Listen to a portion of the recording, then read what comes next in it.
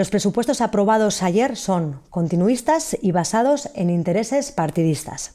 Excluyen constantemente a toda la oposición, que representamos cerca del 40% de los votantes de este municipio, ya que todas y cada una de las enmiendas presentadas por la oposición son sistemáticamente rechazadas. La única diferencia destacable es que al haber subdividido las áreas municipales para dar cobertura a las demandas del PSOE en este pacto, el presupuesto también se ha subdividido en nuevas partidas.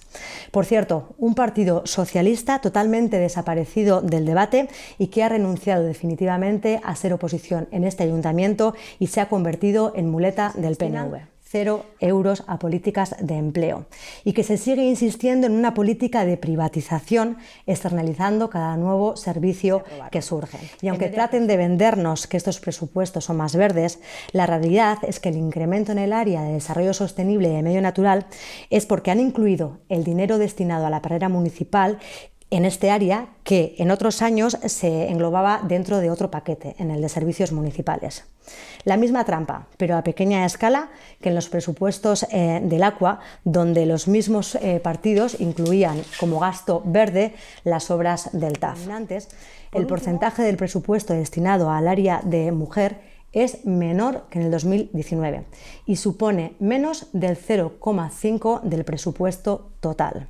Pero como con el resto de enmiendas de la oposición, el rodillo PNV y PSE las rechazó, negando aumentar la inversión en este área para que dejara de estar a la cola del presupuesto en Baracaldo, dándole la importancia que requería y que la sociedad está demandando. Cabe recordar que desde nuestra formación hemos solicitado en numerosas ocasiones la bajada de sueldos de alcaldesas, de alcaldes y de concejales y concejalas, haciéndolo real en aquellos municipios en los que sí gobernamos, como en Durango, con una bajada cerca de un 40%.